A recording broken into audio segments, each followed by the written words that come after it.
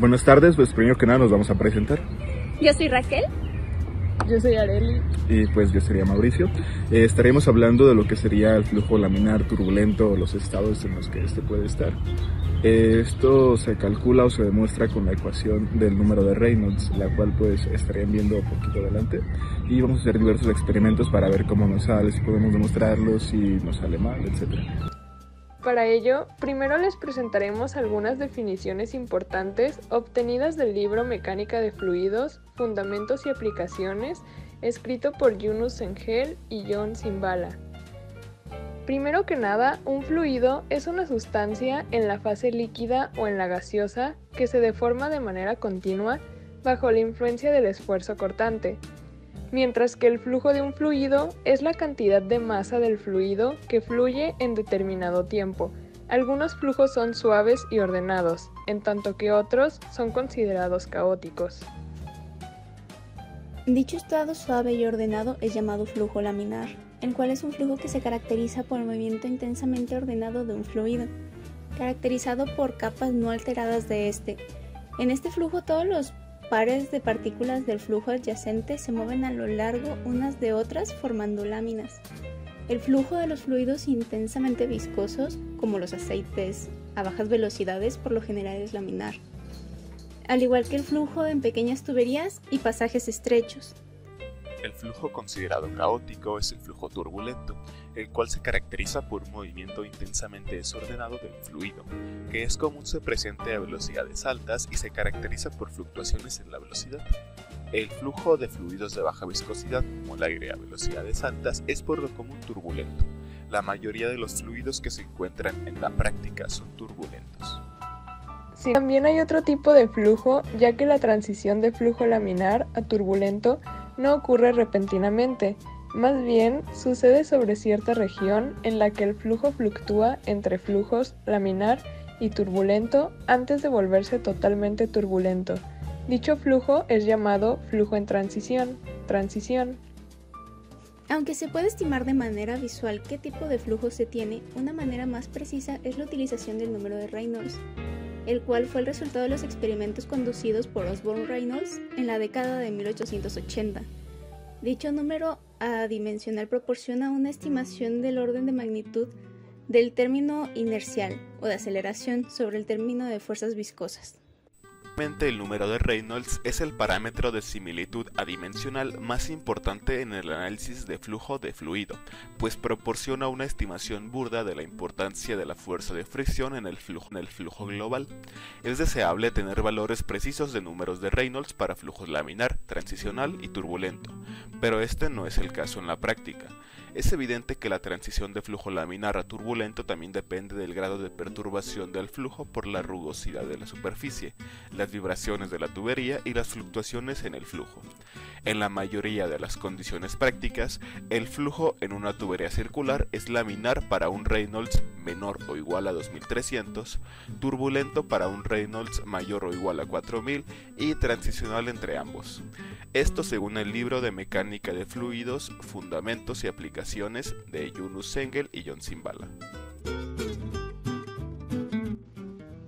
Una vez presentadas estas definiciones importantes, podemos explicar el proceso elegido, el cual está relacionado al número de Reynolds. Básicamente, se realizó una comparativa entre el flujo a través de una tubería de diámetro de 4 pulgadas cuando ésta está vacía y cuando ésta fue llenada con 210 popotes. Esto con el fin de demostrar que el flujo que sale de la tubería es laminar cuando se colocan los popotes y turbulento cuando estos no están. Para los cálculos, lo primero que hicimos fue calcular el número de Reynolds tomando en cuenta una viscosidad dinámica de 1.002 por 10 a la menos 3 kilogramos sobre metro segundo y una densidad de 998 kilogramos sobre metro cúbico, los cuales fueron datos obtenidos del libro de Mecánica de Fluidos, Fundamentos y Aplicaciones Yunus Sengel y John Simbala, y corresponden al agua líquida a 20 grados Celsius y una atmósfera. Velocidad se midió el tiempo en que se llenaba un bote de 2 litros y el resultado fue de 8 segundos. por lo cual, dividiendo los 2 litros entre los 8 segundos, obtenemos el caudal de la tubería, el cual fue de 0.25 litros sobre segundo. Cambiando las unidades a metros cúbicos por segundo sería 2.5 por 10 a la menos 4. De esta manera, para calcular la velocidad, como caudal es igual a velocidad por área, primero debemos calcular el área, la cual sería el radio del orificio de salida de 6.5 por 10 a la menos 3 metros al cuadrado por pi, obteniendo así un área de 1.327 por 10 a la menos 4 metros cuadrados. Por lo cual podemos dividir el caudal de 2.5 por 10 a la menos 4 metros cúbicos sobre segundo entre el área de 1.327 por 10 a la menos 4 metros cuadrados, para obtener la velocidad del flujo promedio de 1.88 metros sobre segundo. Finalmente tuvimos en cuenta un diámetro de 0.013 metros, el cual corresponde al orificio de salida del fluido. Una vez definidos los datos, podemos utilizar estos en la ecuación del número de Reynolds, la cual nos dice que este número es igual a la velocidad promedio por la densidad por el diámetro dividido entre la viscosidad dinámica. Al hacer el cálculo se obtiene un número de Reynolds de 24.342.43. Este número corresponde a un flujo turbulento. Para conseguir el número de Reynolds de nuestro flujo se utilizaron los 210 popotes.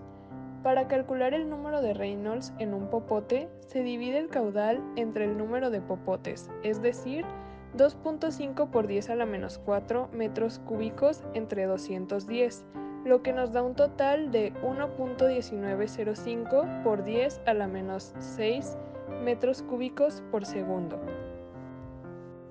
Al igual que el caso anterior, para calcular la velocidad, primero debemos calcular el área, el cual sería el radio de 0.0025 metros del popote al cuadrado por pi, obteniendo así un área de 1.9635 por 10 a la menos 5. Por lo cual podemos dividir el caudal de 1.1905 por 10 a la menos 6 metros cúbicos por segundo entre el área de 1.9635 por 10 a la menos 5 metros cuadrados, para obtener la velocidad de flujo promedio de 0.0606 metros sobre segundo. Una vez definidos los datos, podemos utilizar estos en la ecuación del número de Reynolds, la cual nos dice que este es igual a la velocidad promedio por la densidad por el diámetro dividido entre la viscosidad dinámica. Al hacer el cálculo, se obtiene un número de Reynolds de 301.7904, el cual corresponde a un flujo laminar.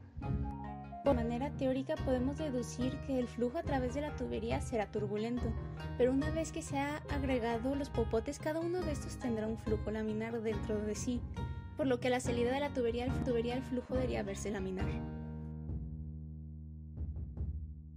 El video que se muestra corresponde al experimento que hicimos con la tubería sin que ésta estuviera llena de popotes. En dicho video se puede observar cómo el flujo se observa claramente turbulento, ya que este es caótico y muy desordenado, lo cual corresponde a lo esperado según nuestros cálculos.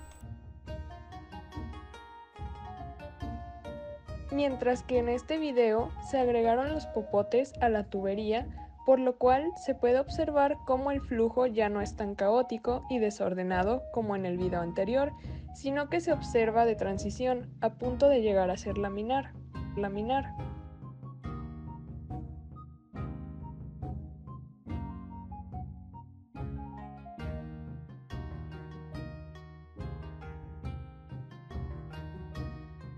Conclusiones. Analizando ambos experimentos podemos concluir que el uso de los popotes sí disminuyó el número de Reynolds a la salida de la tubería, puesto que el flujo se puede apreciar más en transición a comparación de sin los popotes. Sin embargo, nuestros cálculos indican que el flujo debería ser laminar dentro de los popotes, por lo cual podemos intuir que el flujo sí se comporta de esta manera dentro de la tubería, pero al no ser la tapa de forma esférica, este choca contra las paredes de dicha tapa, ocasionando turbulencias, por lo cual el fluido de la salida de la tubería no sale completamente laminar. De igual forma, al realizar este proyecto se puede concluir que el número de Reynolds es una herramienta de gran ayuda a la hora de predecir qué tipo de comportamiento tendrá un fluido, lo cual es de suma importancia en varias aplicaciones como lo puede ser el diseño de redes hidráulicas, comportamiento y diseño de naves en la aeronáutica, comportamiento y diseño de buques navales y en la medicina como lo es la microbiología.